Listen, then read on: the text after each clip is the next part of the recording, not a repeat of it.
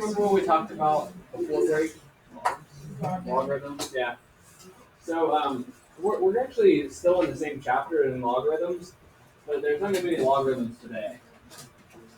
But there is like a little bit of application of logarithms with this. But mostly today we're going to talk about, I think, hopefully pretty useful stuff. This section I like because it talks about like useful money applications. And they actually just recently changed the law in Ohio where you have to take a financial literacy course in high school as well. So like some of this stuff would be. Yeah, so it's gonna be like we don't. You guys won't know, but in like 2 years, I think, like those senior graduating. What does that mean? Does that mean we get to learn taxes? You'll learn something about that, yeah. And I think You're it's telling actually. us they're just now making that mandatory? Okay, Yeah. to be fair, Like, people we have don't get to learn people it? have to make a big difference. But if you put someone who didn't want to learn in that same class, they're not going to pay for the tutor, they're going to pay for the other class. It's not going to make a huge difference. But it's supposed to be taught by a history teacher, but it's like a math. I don't know. It's kind of weird. It's kind of like a blend of like economics, I guess maybe. That's true. I mean, But, so anyhow, that's coming down the pipes. But this section we'll spend a few days on. Will maybe kind of be a little bit of that for you guys, because it is in your logarithm section. Although we're not going to use a lot of logarithms, we'll take just a brief look at logarithms when we do one application. But again, I think you'll find this pretty useful. And we're going to start from a very basic level of some financial applications here. So the problem that we're going to eventually get to solving here in a little bit is, and don't write this down, but let's say that you're going to buy a $200,000 home, and when you get a loan for a house, it's called a mortgage. Probably heard that term before, right? Mortgage. A mortgage is just a home loan. So almost everyone, when they buy a home, gets a mortgage because most people can't. They don't have $200,000 saved. They can just buy it outright. So most people buy a home with a mortgage. There's rare cases when you could just pay for a home outright, but most people don't. Most of the time, you put what's called a down payment down. So you might put maybe $30,000 down, and then you pay for the rest of it with a loan. Now, the good thing about when you buy a home is that they do appreciate in value. So real estate is one thing that generally is always increasing in value. So your home will increase in value each year. And so in this problem, we're going to take a look at if this house that you're going to buy increased in value at 4% per year. Then how much is this house going to be worth in 30 years when you're done paying the mortgage? So in 30 years, you'll have this loan paid off. You'll own the house. You won't have to pay any more, any more money towards it other than like the property taxes. How much is this house going to be worth in 30 years? So we're going to calculate this in a little bit. We'll come back to this and I'll show you what this actual house is, and you might be surprised at how much this house will be worth. So we'll come back to this in just a little bit, but this is kind of where we're headed here. To get there, we need some terms here. These are basic, just financial terms that you've probably heard of before, but maybe you didn't know the definition, or you might already know the definition of some of these. But they're important to know these because kind of the building blocks of how we're going to get there.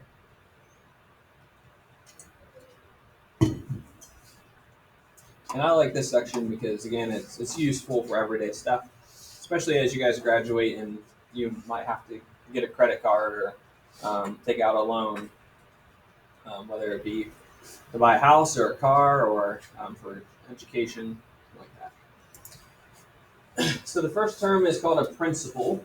I think I've mentioned this before.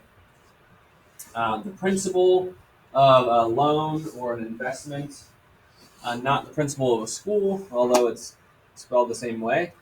The principal of the investment or loan, it's the original. So original is like principal is original. Original loan amount. All of these kind of work two different ways. You can take the application like if you take out a loan or if you invest money. So taking out a loan, borrowing $10,000 versus investing $10,000. It's your sort of your starting amount. How much you start with. Either how much you start borrowing or how much you start investing. Your original amount. With any loan or investment, the point of doing that is someone's going to loan you money because they want to make interest off of you. or you invest and hope to earn interest. So, what's that? Yeah, ideally, right? Because then you'll have to pay more interest if you mess up, right?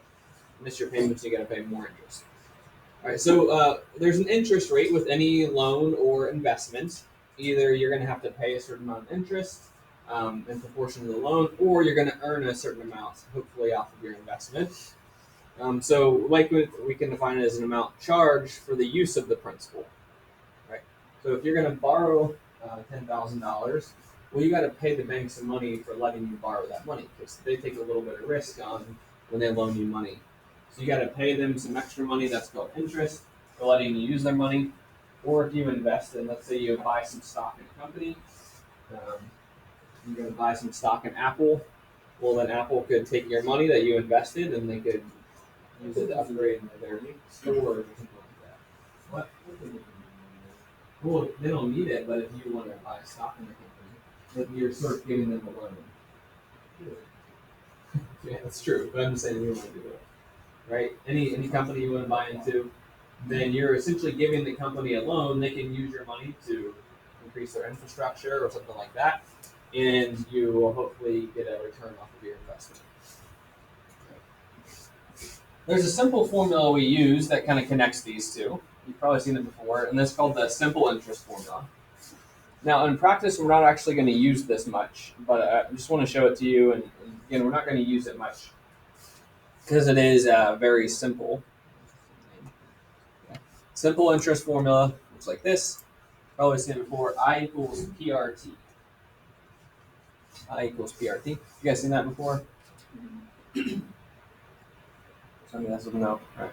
Yeah, we're not going to use this one much, but it's kind of important to see how this makes way for the next one we're going to use. So this is simple interest formula. This is used to calculate the amount of interest. So I stands for interest.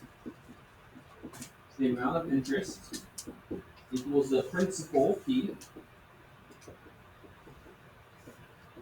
times, I think R is rate. And then what's T? Time. And time is always going to be, time is always in here. Principal times rate times time. That's how you calculate the amount of interest. So look at a very basic application of this, and we'll get to some more complicated ones after that.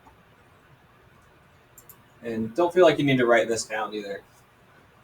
So let's say you're going to borrow $10,000, and the loan, you're going to go to the bank, get a $10,000 loan. They're going to charge you 10% interest for 1 year. Okay? So you got to pay this loan back in 1 year, and they're going to charge you 10% interest. So if we want to calculate the amount of interest, we're just going to do I, because it stands for interest, equals the principal, $10,000,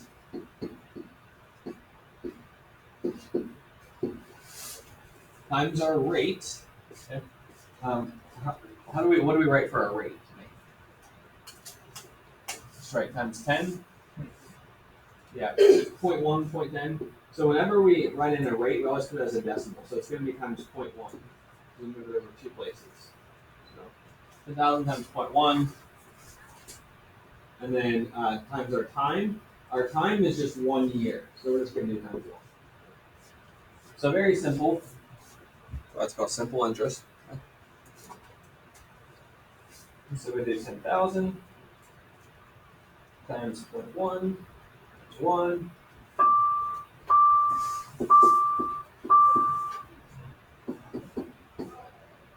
And we're going to have to pay $1,000 in interest, which is actually a significant amount, right? So when we go to pay off this loan, we're going to have to pay back the original $10,000, but we're also going to pay back another $1,000. So what's called our balance, and we'll see this in just a minute, but our balance is going to be the initial amount, our $10,000, plus the amount of interest, plus the $1,000. We got to pay back the original amount plus $1,000 in interest, so we're gonna have to pay them back $11,000. And so the bank is charging you $1,000 in order to use that $10,000. That's a very basic application of the simple interest one. And in practice, though, this isn't used that much because generally, any sort of bank or credit card or anything doesn't just charge you interest like year, but they do something called compounding.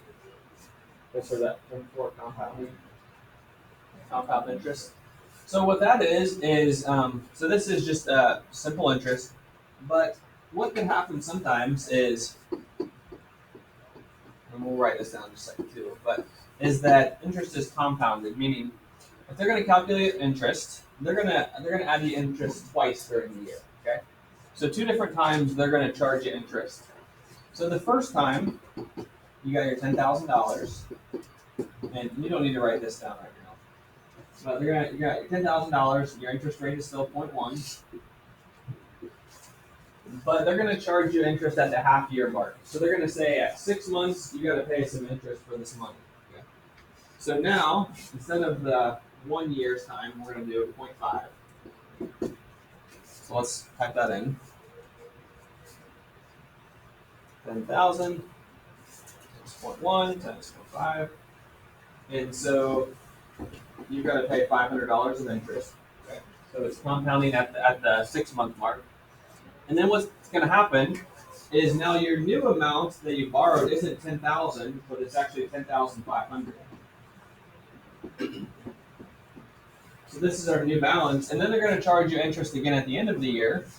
You're going to do your interest is your new principal, which is 10,500, times your 0.1 times, it's been a half a year again, so we're going to charge you interest again.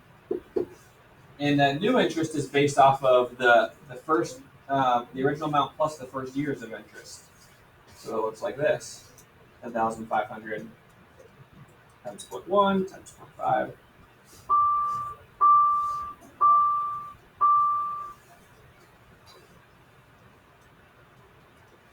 And that's another $525. So we add it to that, and we end up with $11,025. So this is called compounded semi-annually. They charge you interest twice, and so you end up paying back $11,025 as opposed to $11,000. And what's more common, even than this, is monthly interest. So what they do is they repeat this every month. They charge you this interest that accumulates every month. And so this is going to just go up more and more and more. And the different types of compounding, I might want to write these down, that you'll see. They're not hard to figure out, but it's right to write down. There's different frequencies of compounding. So it could be annual, it could be semi-annual. So if we compound annually,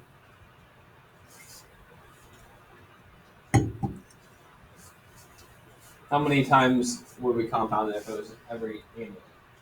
Just one time. So if our loan is compounded annually, just one time per year. What I just showed you is the calculation for semi-annual. So semi-annual just means twice a year. So if you have semi-annually compounding, that's going to mean 2 times.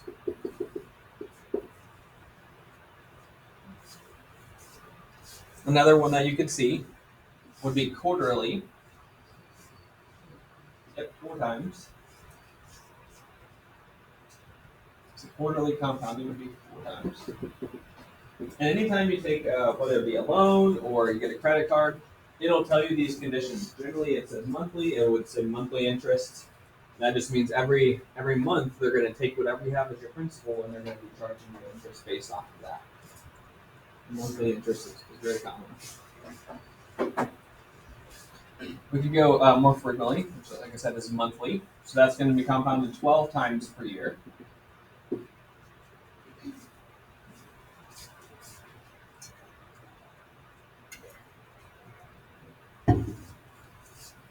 And you could even get more frequent than that.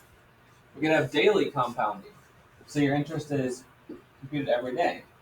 And that's going to be 365 times, 365 days a year.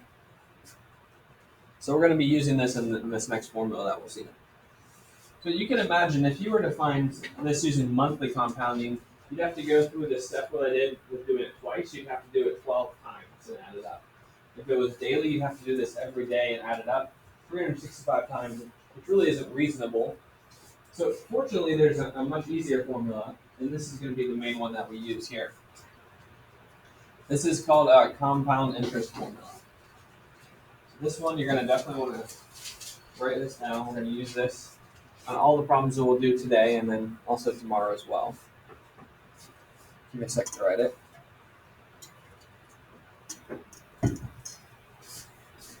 A equals P times 1 plus R over N to the NT.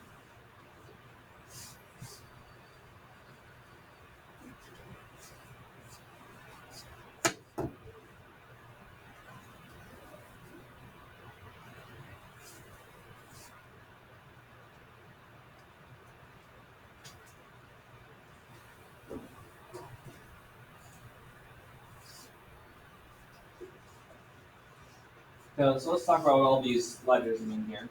The first one is A. A stands for what's called the balance at any given time. Not sure why they use an A instead of a B, but it's common financial application used. You'll also see this referred to as a future value. Future value of some amount of money. The balance or the future value. So if we want to predict in this number of years how much are we going to owe, or this is how much our investment's going to be worth in this number of years, we're finding A, the future value. The P, the same as it was before. The P is called the principal.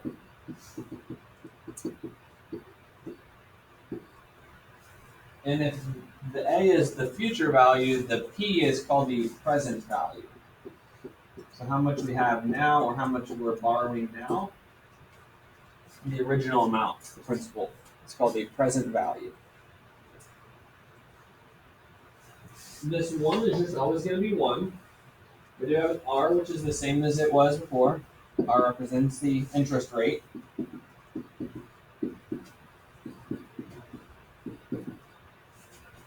And that's always written as a decimal.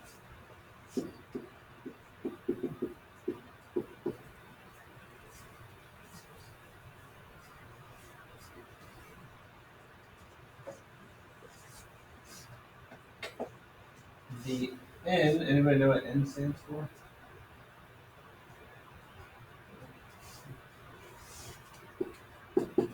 N stands for the number of compounds. So how often is this compound? N is the number of compounds. And then T is time. T is time. And time is always in terms of years. So we could do a half a year. If it was a half a year, then we're going to use like 0.5 for the number of time.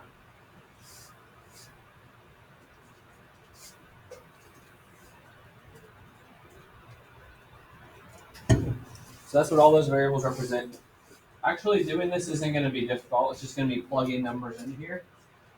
So it's definitely important that you have this written down. You're going to use this in everything we do today.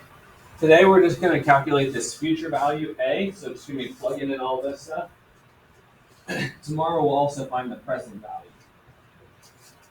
It's like how much you would need to invest now to have a certain amount in the future. Well, let's look at just a few problems here.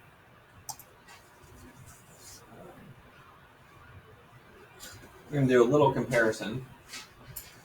So we'll look back at this problem. Well, let's compare a couple of the different frequencies. We won't do all of them. Let's at least do a few of them. So if we just do annual compounding with this original problem we did. If we're to plug that in, it's going to be our A equals our principal, which is $10,000 in this loan, times 1 plus our rate is 10%, so 0.1, And then it's over n, number of compounds, which is just 1 if it's annual, raised to the n times t. So it's going to be 1 times 1 in this case. So very basic, just almost 1 for everything. But this is our formula. And do try to practice this. Type it in some of these.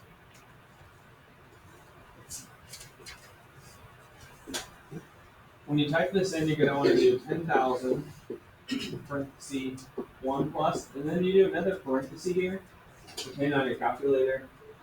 You're probably going to want to do another parenthesis, then you do 0.1.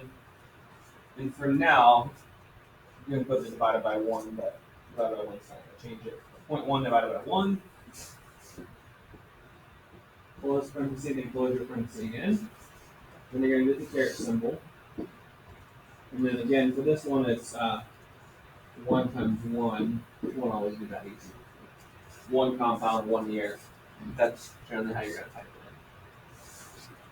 in. Just to the first power then.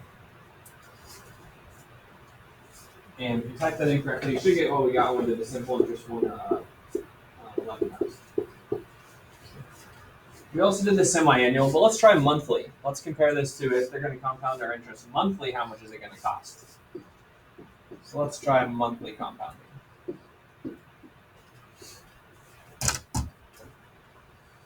It's going to look the same, except we're just going to change the number of compounds.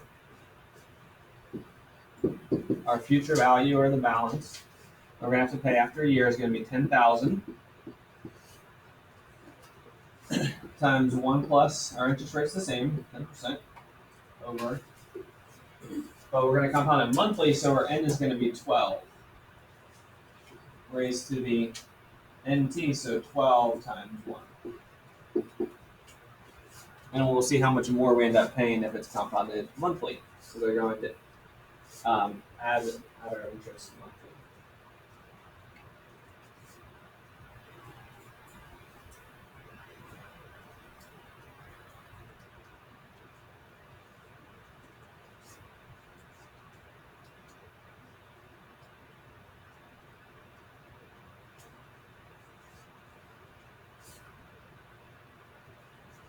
We should get 11,047.13. So it's an extra like $47 they're going to charge us if they compound it monthly. And so the more you compound something, the more interest you end up paying. The more compounds. So if we were to do daily compounding,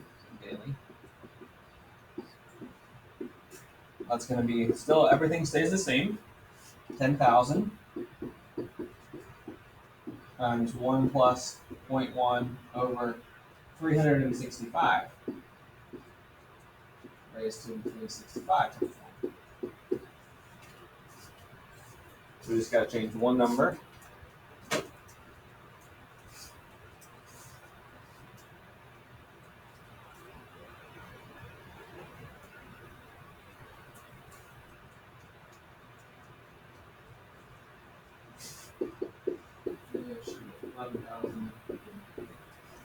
$0.51. And since we're talking about money, we're going to round to the second decimal place. So this will be 0.56. So you should get 0.557. So round up to the second decimal place. So $51 more to compound it daily. So in general, the more you compound it, the more interest you have to pay. We'll look at a couple more examples, and then we'll get back to that word problem that we started with here. And again, you don't have to write these out. When you do your homework, I want you to just write out your formula and then just put the answer, but there isn't a lot of work you have to do. So let's try this. If you invest $100 at 4%, compounded quarterly for 2 years, you're going to put $100 in some savings account. They give you 4% compounded quarterly, and you're going to leave it there for 2 years. I'm going to find the future value, that's the A. Is our principal. This is our principal. We'll put in $100 times 1 plus our rate of interest. It's 4%. What's that as a decimal? Yeah, 0.4. Right. But you're gonna put 0.4 because that's a big difference. be 40%. 0.04. And it's compounded quarterly.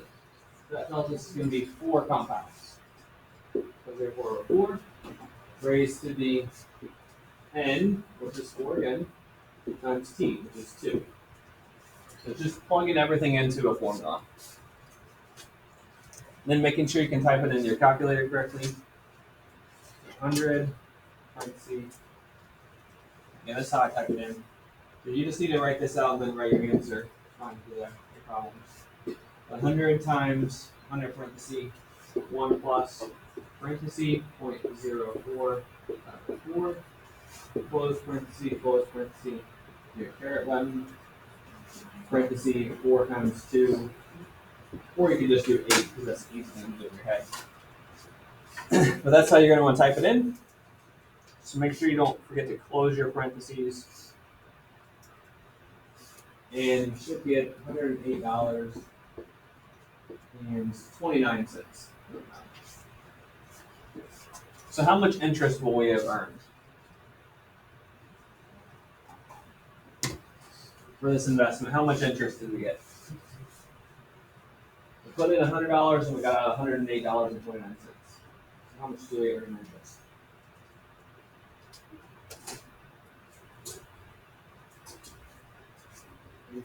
Yeah. Yep. So our amount of interest would be $8.29.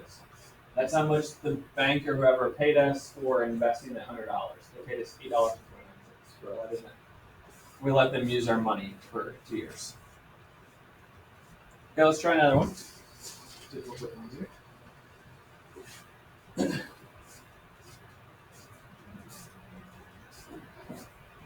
So let me go ahead and write that so you can set it up.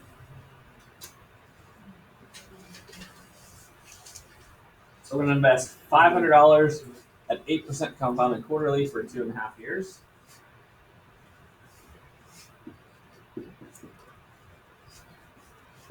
$500 is our principal or our present value. 1 plus. Our rate is 8%, so it's 0.08 over quarterly still, so 4. And then it's 4 times 2.5 years, so we can do 2.5. You do need to make sure you're writing this when you do the problems. Don't just write the final answer, you do need to write that.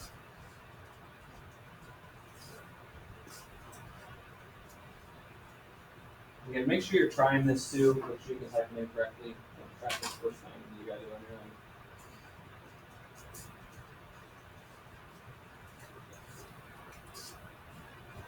We got an answer? Yeah, go ahead. Good, yeah. We're gonna round that up to the 7, round the 9 up, and that round. So you made $109.50. All right, let's try one more, and then we'll do that house problem here. Let's try this top one. Try this on your own. Take a second, write it out, and see if you can get the right final answer there. So we're going to invest $600 at 5% compounded daily for 3 years.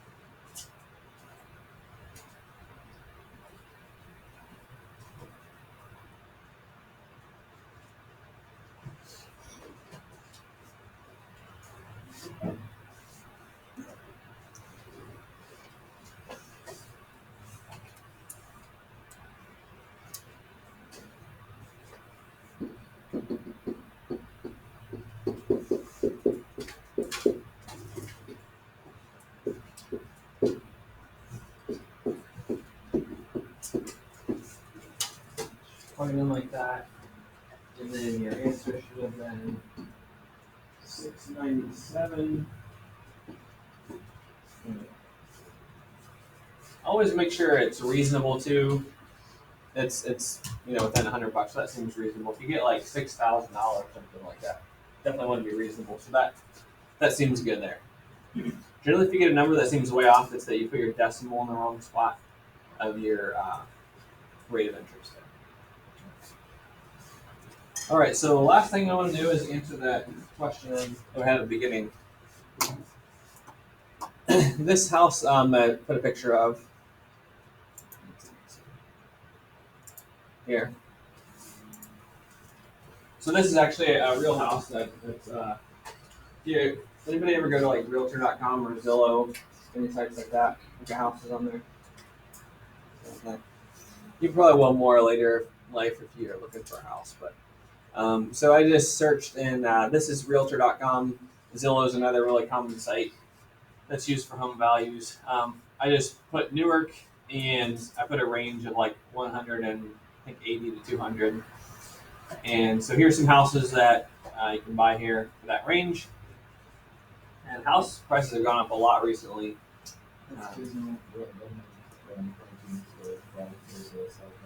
Right, yeah. So a good time to sell a house, but the only thing is if you sell a house, then you gotta buy one. Or rent an apartment. Right, yeah.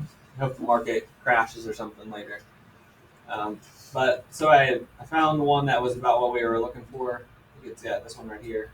So this one's actually in Heath. It's for $199,900.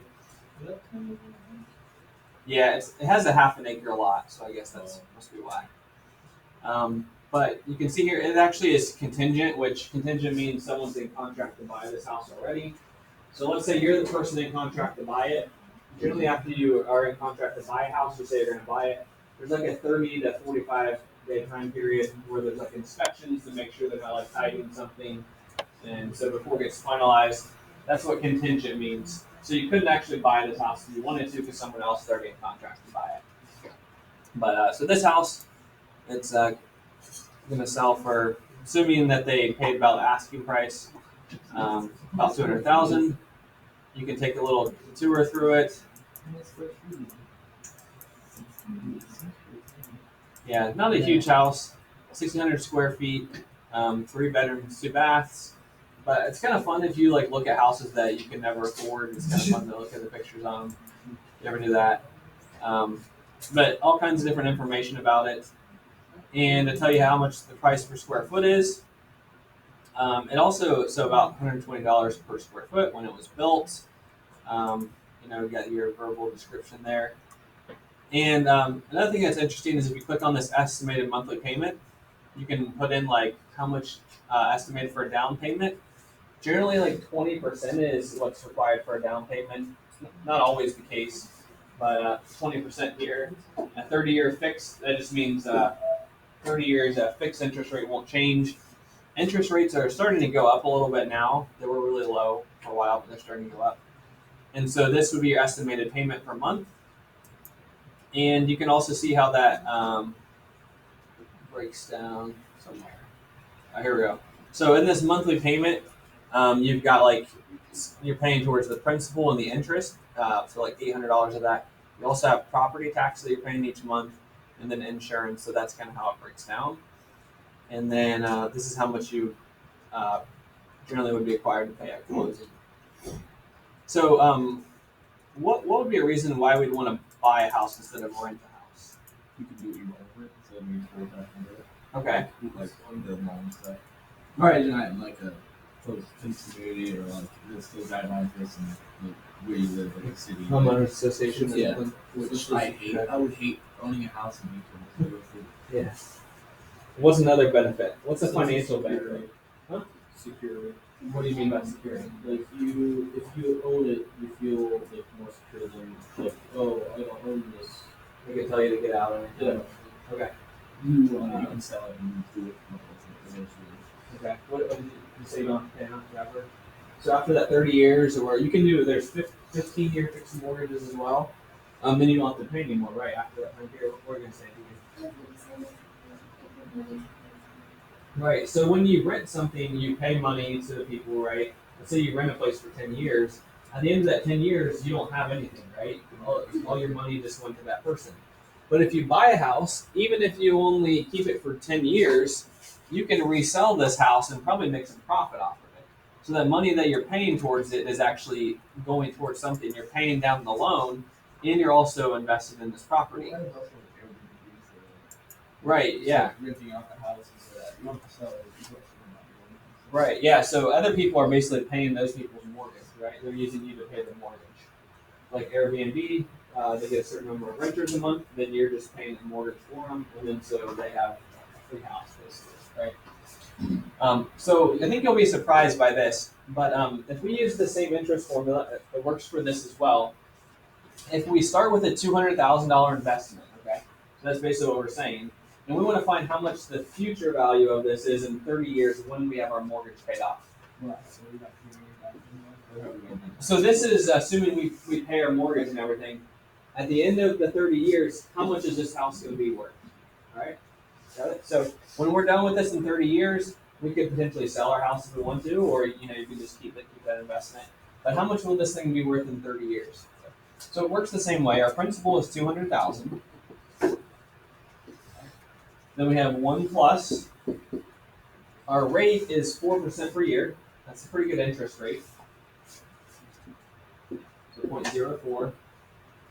What's the number of compounds in this? Yeah, 1, because it's yearly interest. 1. And then it's going to be 1 times, and it's 30 years.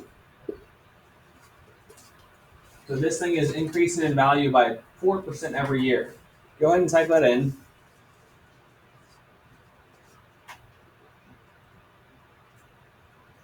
Yeah, I think you'll be kind of amazed at how much it's worth.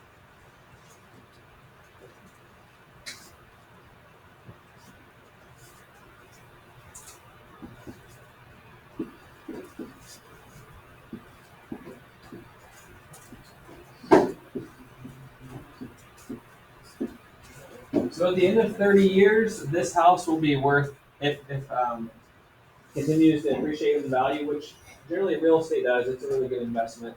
It'll be worth $648,000, which is kind of amazing to think, right? This house in 30 years will theoretically be worth that much. in California, worth $1 million. Yeah, it's really $1 million, right?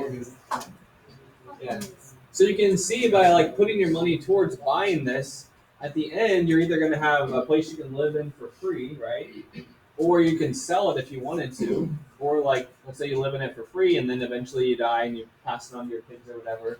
Well, you've got this amount of money essentially that you're able to pass on to your kids. Yeah, a lot of people will sell it and they'll split it. Like, they decide to get the house and sell and split it. Right, split the profits. So it's a good investment. Homes are a good investment. They rarely lose value. Occasionally, if we have like an economic recession or something, they'll lose value. But they're pretty safe investments. And you can see how much you gained. Now, you do have to pay your monthly payment every month, right? But it's definitely better than renting, because renting you would have nothing at the end of this 30 years if you rented this house. But if you buy it, it's how much you got at the end. And not always able to buy. You got to have a down payment, got to have good credit, things like that. But you can see it definitely pays off to buy. Pays off big time, right? I do have a few problems I want you guys to try. It shouldn't take you long at all. Let me activate it real quick here. It's just like 4 problems. And tomorrow we're going to talk about what's called the present value.